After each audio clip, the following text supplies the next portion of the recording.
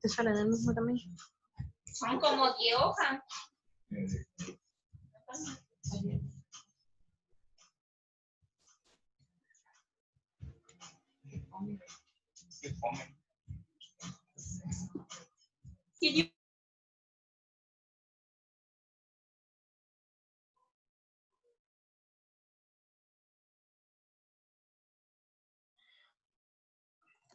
Buenas tardes, alumnos.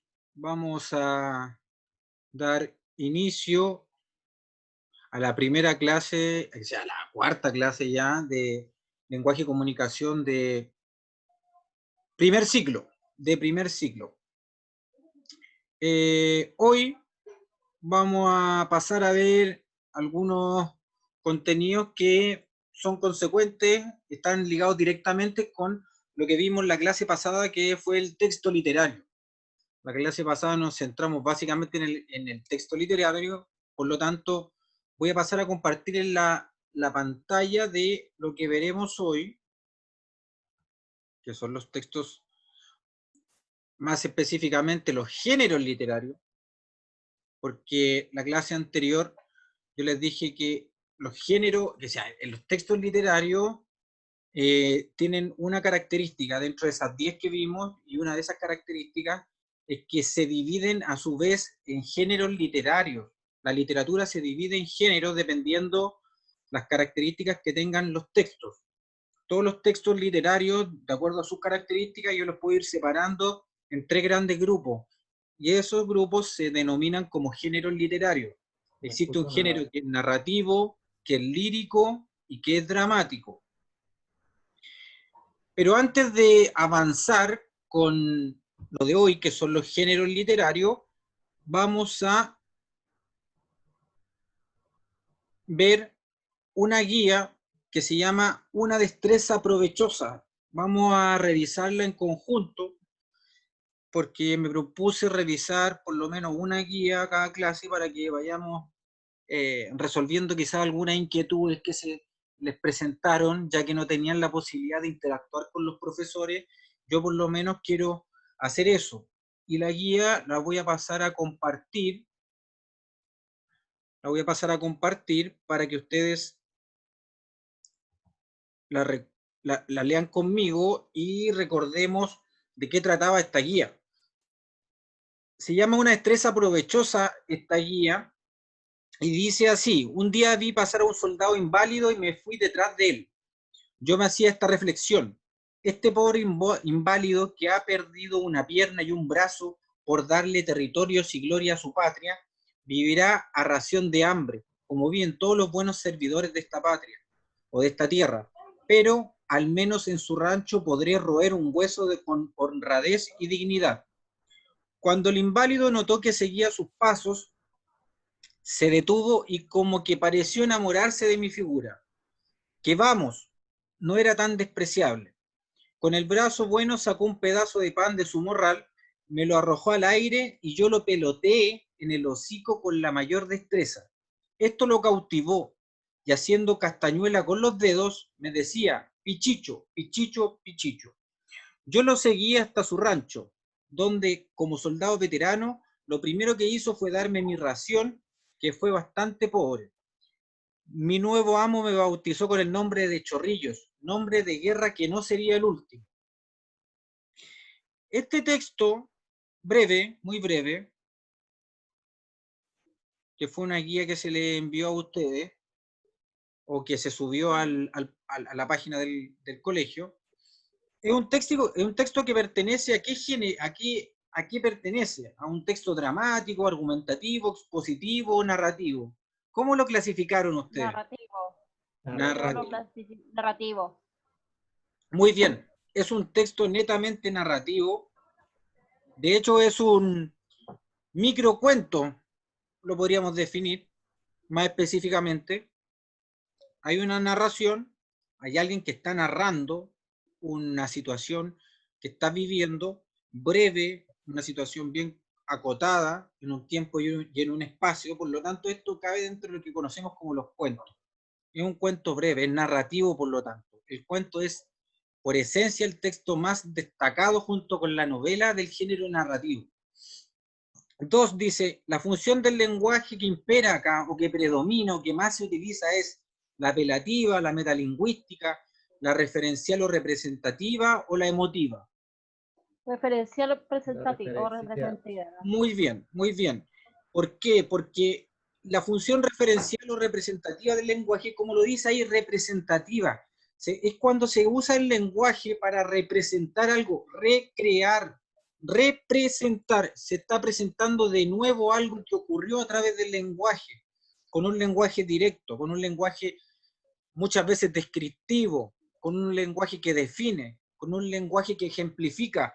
Es una función con la cual tenemos más familiaridad porque la utilizamos en el día a día, habitualmente. Cuando usted le cuenta algo a alguna persona, lo que hizo en el día, a un amigo o una amiga, está usando la función representativa o referencial del lenguaje. ¿Quién es el narrador de este relato? Ahí siempre hay alguna confusión. Perro. Un perro. Un perro. Un perro, un perro. Un perro es el narrador de este texto. De hecho, hay varias cosas aquí que me indican que es un perro. Cuando él, por ejemplo, acá ahí quería un pedazo de pan, ¿cierto? Que le recibió a esta persona. Luego peloté, dice ahí, en el hocico, con la mayor destreza. Y después cuando lo llamaba a esta otra persona, ¿cierto? Con ese nombre que es tan común o que le podemos atribuir a un perro. Todo lo que estaba haciendo esa figura como personaje da cuenta de que era un perro. Un perro el que estaba narrando la historia o el cuento. Luego vamos a la 4, que dice, no, sí, la 4. Un antónimo de arrojar es Recoger. recoger. Los otros 3 pueden ser considerados como sinónimos. Sinónimos. Arrojar puede ser considerado como lanzar, puede ser reemplazado por tirar, puede ser también reemplazado en algunos contextos con echar, pero el único que denota un significado contrario, podríamos decir, o antónimo es recoger. Esa era la alternativa correcta.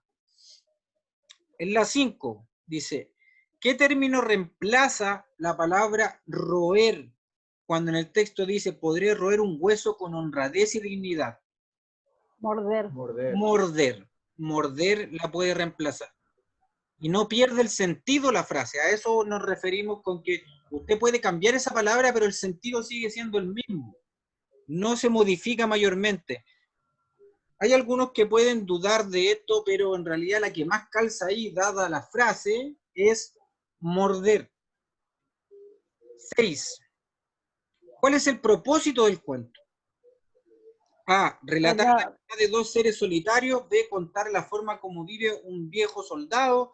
C. Resaltar acciones de los veteranos de guerra. Y D. Narrar cómo sacar provecho de las habilidades. A. Relatar la mitad de 2 seres solitarios. Claro. Si usted puso la B, está dejando fuera de este cuento al narrador, que es el perro. ¿Se fija? Estamos dejando al 50% o más como personaje en importancia fuera de esto. Así que no puede ser eso. La C dice, resaltar la acción de los veteranos de guerra. Aquí no se está hablando de las hazañas que vivió ese veterano de guerra. Y también no se narra, aunque se muestre en alguna parte cómo sacar provecho de alguna habilidad, pero no es lo central. Aquí lo central es que hay 2 personajes, un perro, que es el narrador, y un ser solitario, que es un veterano de guerra, que se entrelazan y forman una amistad, y se acompañan. Número 7. ¿Qué elemento propio del cuento se logra ver en el texto? ¿Qué es propio de un cuento, creen ustedes? Que tiene un narrador.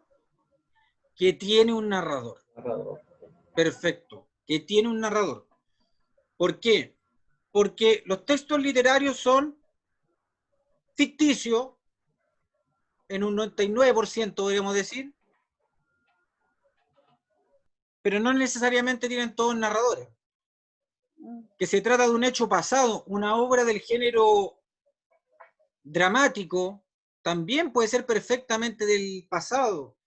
También puede ser una obra del género lírico, centrada en el pasado. Que los personajes se hablan directamente, también en el género dramático se pueden hablar directamente los personajes. Pero en un cuento, que es la obra por esencia del género narrativo, tiene que haber siempre, siempre un narrador. Siempre. 8. Dice, la narración está relatada o narrada por un narrador testigo, fantasma, protagonista o ninguna de las alternativas correctas. Narrador protagonista. Testigo. Ya, ahí vamos a aclarar una duda.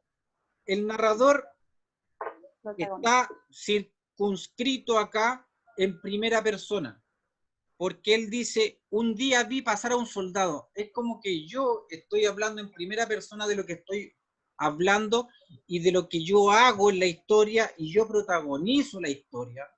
Por lo tanto, el narrador es más bien protagonista, ya, porque se involucra directamente en el transcurrir de la historia. A veces hay narradores que son testigos, pero la diferencia está en que no se involucran en la historia mayormente. Acá el narrador, que es el perro, está involucrado directamente con los hechos que él mismo va narrando. Por lo tanto, es un narrador protagonista. Ahora vamos a volver, voy a dejar de compartir la guía y vamos a volver a lo nuestro en el día de hoy. Ahí hay un breve recordatorio de lo que vimos la semana pasada. Revisamos la guía 1, pura inspiración. Vimos la definición de lo que es un texto literario, las características, que fueron 10 que vimos, y las definiciones de los géneros literarios. Hoy ya revisamos la guía número 2, que es una destreza provechosa. Y ahora, con lo nuestro, que atañe al día de hoy, vamos a hacer un breve recordatorio de lo que son los géneros literarios específicamente. El género narrativo corresponde a aquellos textos literarios en los cuales se despliega un relato a cargo de una voz de un narrador. Estos relatos contienen personajes y eventos más o menos ficcionales, incluso fantásticos muchas veces. Yo les daba el ejemplo de Harry Potter, las Crónicas de Narnia, El Señor de los Anillos, etc., plasmados de manera original y creíble. No quiere decir eso que todos los cuentos son fantásticos. Después vamos a verlo en la clase, en 2 clases más, les voy a mostrar los mundos narrados, que son 5 categorías de mundos narrados. Y hay un mundo narrado que se llama el mundo de la fantasía, donde ahí se encuentran estas narraciones de seres con poderes sobrenaturales y en escenarios que no pertenecen a nuestro planeta, por así decirlo, o escenarios completamente fantásticos o maravillosos, versus otras narraciones donde en realidad todo parece ser real, que se llama el mundo de lo real, narrado. Y son 5 mundos narrados que vamos a ver posteriormente. Número 2, género lírico o poético. Es uno de los géneros más difíciles de definir, ya que puede adquirir una multiplicidad de formas. Se trata de una descripción poética mediante un lenguaje figurado o metafórico de una experiencia relevante en la subjetividad del autor. Es el género de la expresividad, de la emotividad, donde se utiliza el verso principalmente.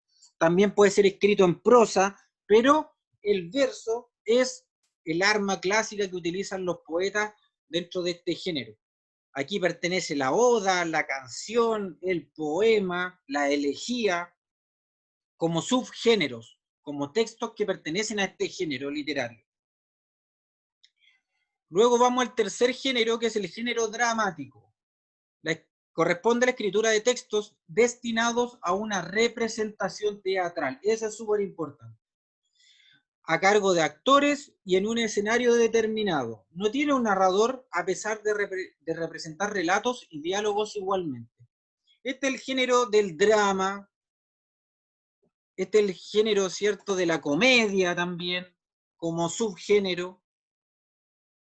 La comedia, toda esta obra que tienen como eje el humor y que son representadas en el teatro, es parte del género dramático.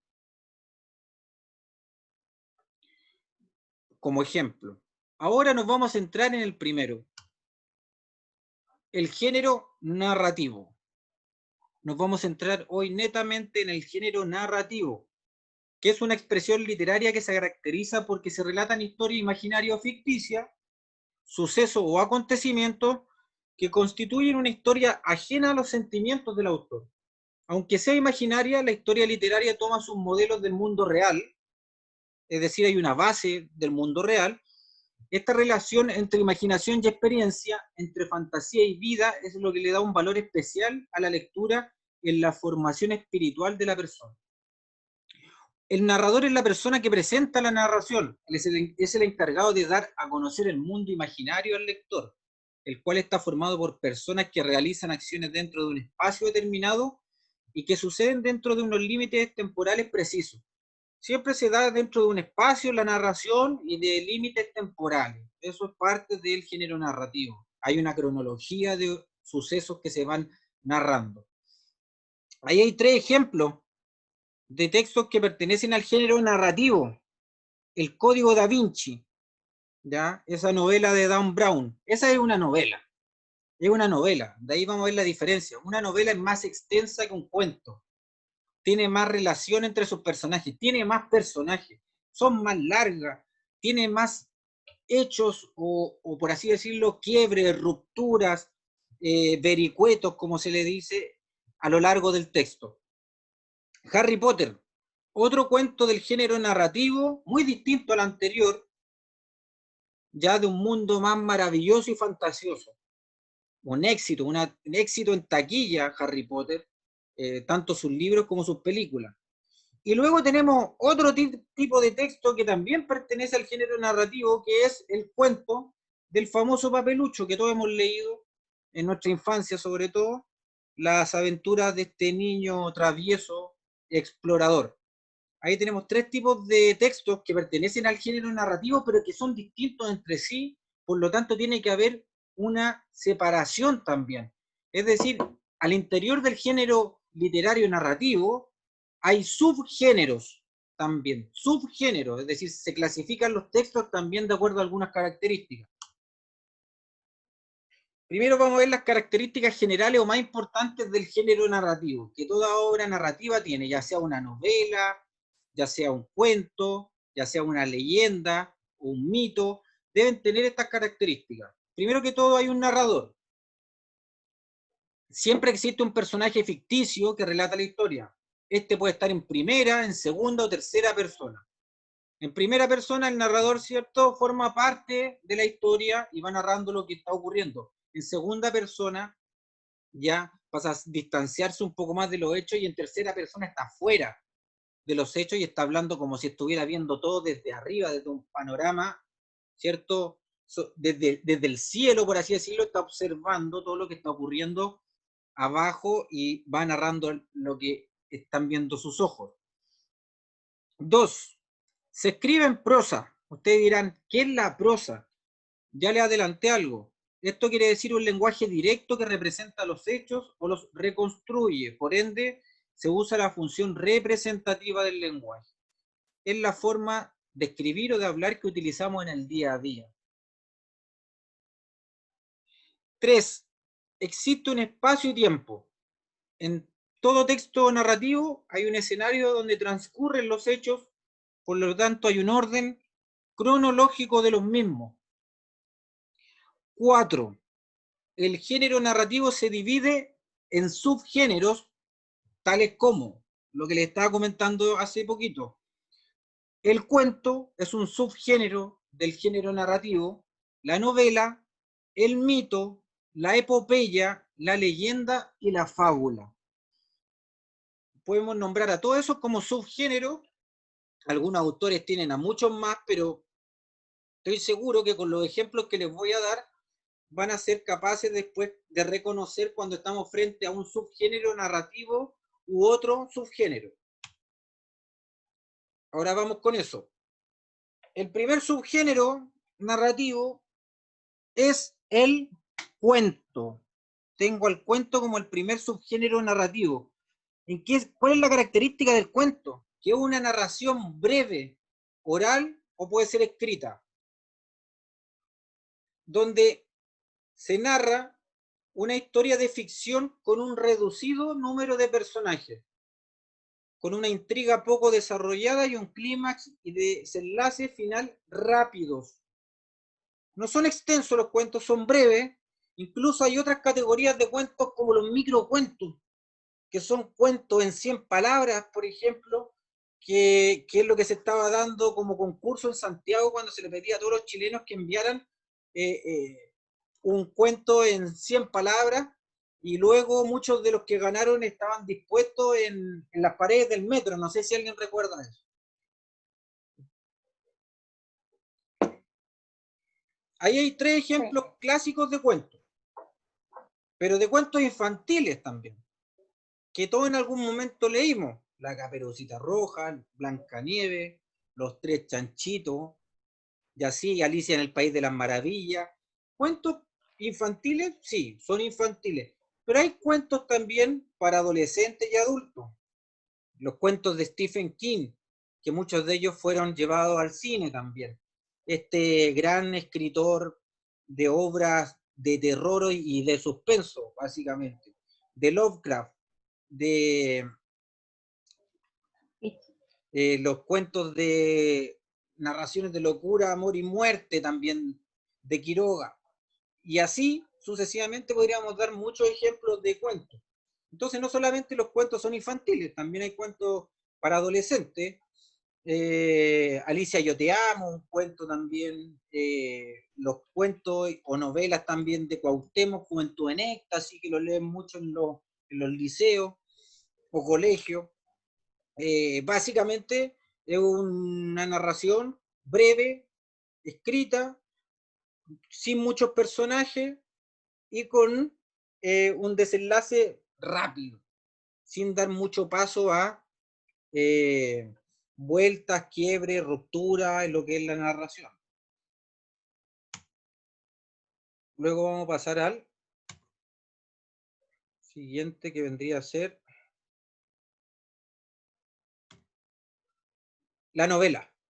La novela. No podemos dejar fuera de todo esto a lo que es la novela. El cuento y la novela son los textos del género narrativo que más suenan a nivel mundial. La novela consiste en una narración literaria más o menos extensa, usualmente de carácter ficcional, en la que se cuenta una serie de eventos prolongados en el tiempo, con el fin de entretener y brindar placer estético a sus lectores.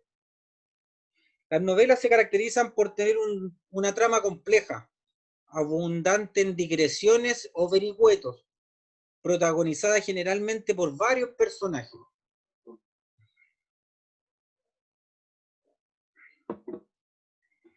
Ahí hay 3 ejemplos. ¿Alguien ha leído alguno de esos libros? Viaje al centro de la Tierra.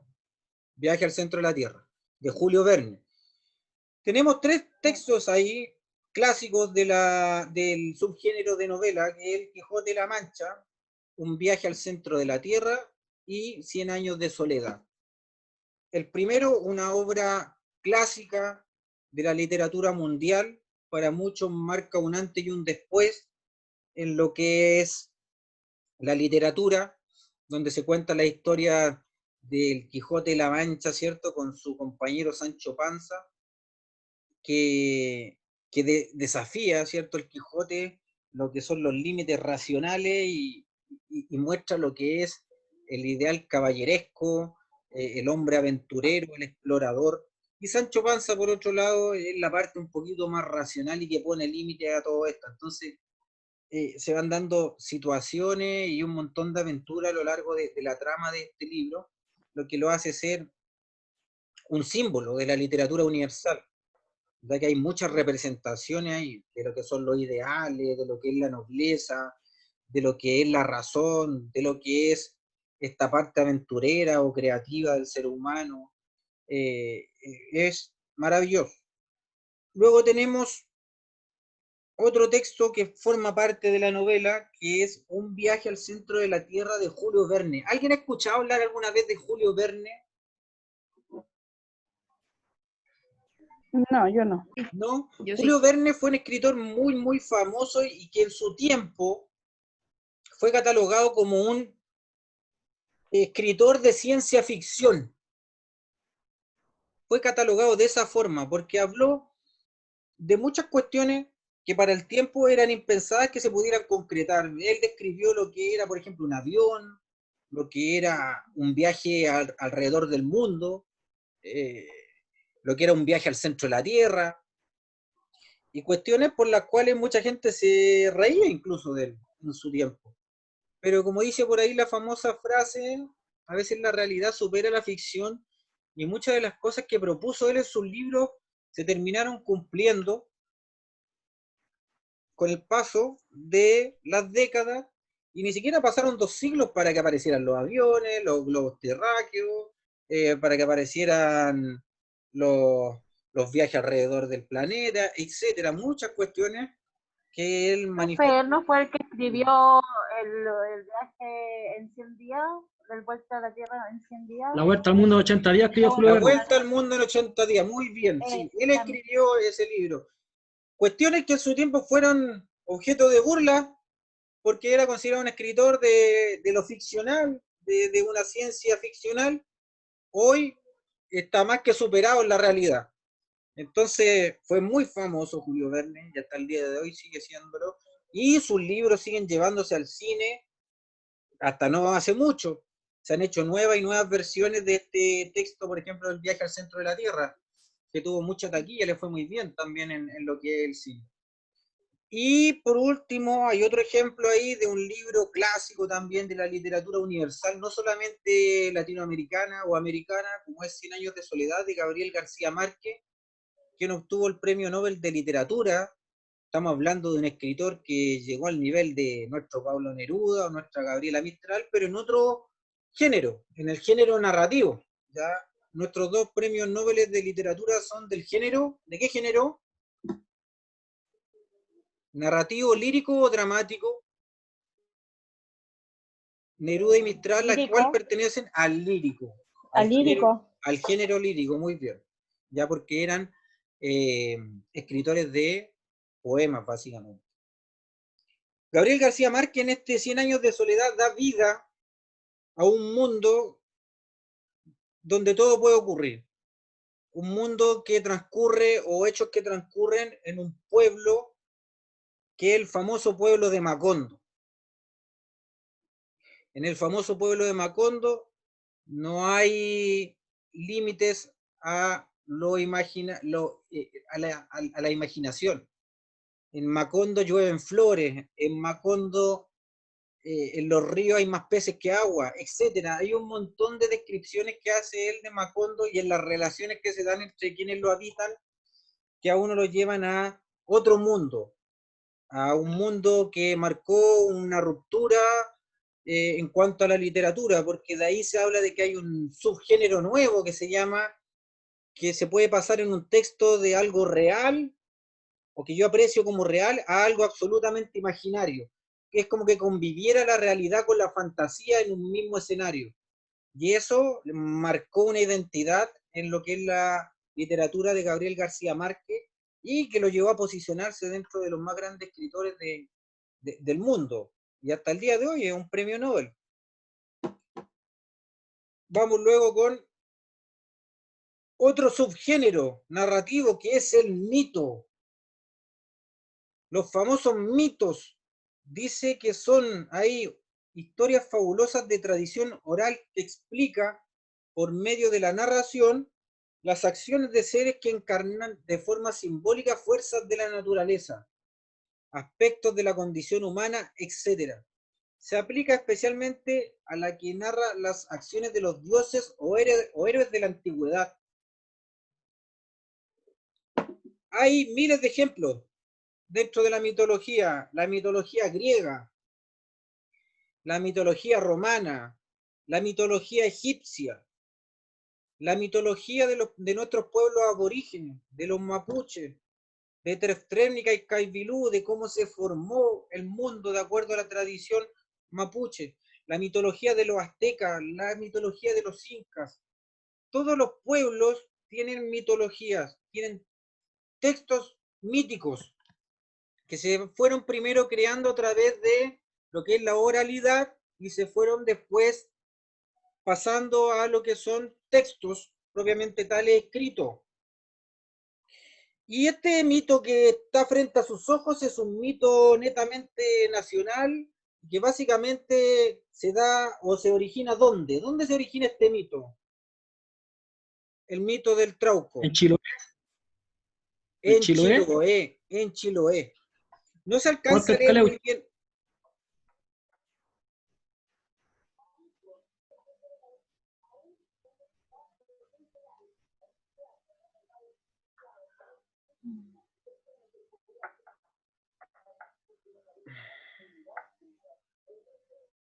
Ay, A ver, hubo un problema, ahora les voy a compartir nuevamente. No se alcanza a ver muy bien lo que dice ahí, yo se lo voy a leer, dice, el Trauco, ser maligno que habita en los montes, de extrema fealdad y aficionado a derribar árboles, tiene el poder de seducir y conquistar a las mujeres, en especial a las más jóvenes, culpable de todos los hijos ilegítimos de Chiloé. Ese famoso ser de aspecto cierto horrible es el Trauco, a quien se le atribuían todos los embarazos ilegítimos o no deseados por las familias tradicionalistas en Chiloé. Y ahí también hay un fondo histórico. El mito tiene en sí una base histórica. En algún momento se los voy a comentar. Bueno, voy a aprovechar ahora que nos quedan unos minutitos. Hay historiadores que se dedicaron a investigar sobre este mito y le dedicaron buena parte de algunos años y llegaron a la conclusión de que en realidad el Trauco fue un ser, cierto, creado por la idiosincrasia chilota, básicamente para justificar embarazos que no eran deseados por familias de carácter ultra tradicionalista en la isla. Por lo tanto, cuando una mujer quedaba embarazada y los padres, ¿cierto?, no sabían quién era el padre y ella tampoco quería reconocer que era de una persona u otra, en realidad se culpaba al Trauco. Era como el chivo expiatorio a quien culpar y el cual les permitía justificar algunos embarazos frente a sus padres, sobre todo, que eran familias muy tradicionales y las cuales no aceptaban que pudiesen ocurrir este tipo de situaciones. Entonces, hay un fondo histórico acá que se logró corroborar con esa investigación. Entonces, cualquier embarazo no deseado por ahí, ¿de quién es la culpa? Del Trauco. Pasamos luego a la epopeya. La epopeya, otro subgénero narrativo. Dice ahí, es la composición literaria en verso en que se cuentan las hazañas legendarias de personajes heroicos, que generalmente forman parte del origen de una estirpe o de un pueblo. La composición en verso de las epopeyas es debida probablemente a que estaban destinadas a la transmisión oral mediante el canto o la recitación. Es uno de los pocos textos que está escrito en verso mayoritariamente y que no pertenece al género lírico. Uno de los pocos. Ahí hay dos ejemplos clásicos. La Ilíada o Ilíada de Homero y la Araucana. Dos textos que pertenecen a pueblos absolutamente distintos. La Ilíada, ¿a qué pueblo o a qué civilización podríamos decir que pertenece? ¿A la griega? A la griega, muy bien, y donde se narra lo que es la guerra de Troya. La guerra de Troya entre los aqueos y los troyanos, donde se cuentan las hazañas que se dan en esta guerra y sobre todo de aquellos héroes como lo es Aquiles, el famoso Aquiles. Y también este texto fue llevado al cine, fue adaptado para que fuera recreado en el séptimo arte, no se conoce. Y es un texto histórico también que entrega mucha información importantísima para conocer lo que es la cultura griega, la Ilíada de Homero. Y al lado de la Ilíada les puse un ejemplo nacional que es la Araucana, que es o son los relatos de Alonso Ercilla, quien fue parte de las expediciones que llegaron acá de españoles y quien fue contando cómo era la vida de los mapuches, y es una de las primeras fuentes que tenemos muy buena de cómo describieron los españoles a los mapuches en todo ámbito, desde lo físico hasta lo religioso, lo espiritual, sus relaciones familiares, cómo eran en la guerra. Es una de las primeras fuentes que tenemos de la apreciación del español sobre lo que es el pueblo mapuche. Así que otra fuente histórica también, la araucana, y que forma parte de lo que se conocen como las epopeyas. Quinto texto, la leyenda también forma parte de lo narrativo. Dice ahí, es una narración popular que cuenta un hecho real o fabuloso adornado con elementos fantásticos o maravillosos del folclore, de la cultura, quiere decir eso, propia de un pueblo, que en su origen se transmite de forma oral. Ahí tenemos dos ejemplos, uno ya más a nivel nacional, pero el otro a nivel sobre todo latinoamericano, el tuetué, ya que se habla de este famoso ser que en realidad es un brujo, de acuerdo a la leyenda, que en las noches adquiere forma de pájaro manteniendo su cabeza de brujo y que sale a deambular por los cielos.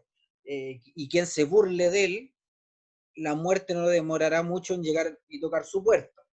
Y tenemos al lado lo que es la leyenda de la Llorona, de la Llorona, que es una leyenda que está en México, en Argentina, en Brasil, en Chile, en toda Sudamérica, y que cuenta la historia de una mujer que, despechada por la traición o infidelidad de su marido, en un acto de locura, ahoga a sus dos hijos, y luego de eso se transforma en un alma en pena que lo anda buscando y anda arrebatándole los niños a la mujer que se cruza en su camino.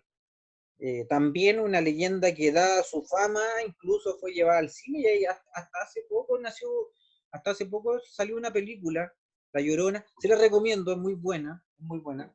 Es bien tétrica, pero es muy buena, y donde se muestra el origen de esta leyenda. Sería bueno que por ahí le echaran una miradita, sobre todo a quienes tienen un poquito más de tiempo en lo que es la cuarentena. Dígame. Hay una película, una que se parece a la historia, pero se llama Mamá. Ya, la voy a buscar. Yo vi una que la grabaron no hace mucho que se llama La Llorona, así, tal cual, La Llorona, para que la busquen. Es muy buena, muy, muy buena. Y ahí se muestra el origen de esta leyenda. Hay otra que Y se parece mucho que es por último tenemos la fábula, que es una composición literaria breve, en prosa o también puede ser en verso, que es más lúdica, es de carácter didáctico y que tiene una fábula en comparación a los otros textos que es muy breve y que nos deja una moraleja, una enseñanza. Ahí les dejé un ejemplo de la famosa fábula de la liebre con la tortuga, donde la moraleja da cuenta de que la arrogancia nunca va a ser superior, ¿cierto?, a la perseverancia, que la soberbia nunca va a ser superior a la paciencia, ya que la tortuga terminó ganándole a la liebre. Ya la liebre pecó de soberbia, de arrogante, miró en menospreció a la tortuga, y la tortuga trancó lento, muy lento, logró llegar a la meta y se transformó, a pesar de los esfuerzos de la liebre, que despertó porque incluso se echó a dormir la liebre pensando que la tortuga era imposible que le ganara. La tortuga igualmente terminó venciéndola. Tienen un carácter de enseñanza que nos entrega la fábula. Ahí les dejo un mensaje para reflexionar. Ya nos queda un minuto. Dice: queda prohibido no sonreír a los problemas, no luchar por lo que quieres, abandonarlo todo por miedo, no convertir en realidad tus sueños. Y es de Pablo Neruda. Se va a terminar esto, así que le envío muchos saludos, cuídense, cualquier duda me la hacen saber a través de WhatsApp. Un abrazo a todos. Profe, Tengan buena semana. profe, ¿me escucha? Sí, se va a cortar. Por interno hágame la Profe. consulta. No, yo soy Nancy y estoy media colgadita en lo que es el estudio porque estuve hospitalizada muchos días con COVID. Hábleme Desde mi casa. hábleme por interno. Yo le contesto todo. ¿Ya? ¿Sí? Sí. Ya, Ya. ya que esté bien. Bueno, sí, porque estoy como media colgadita con todo.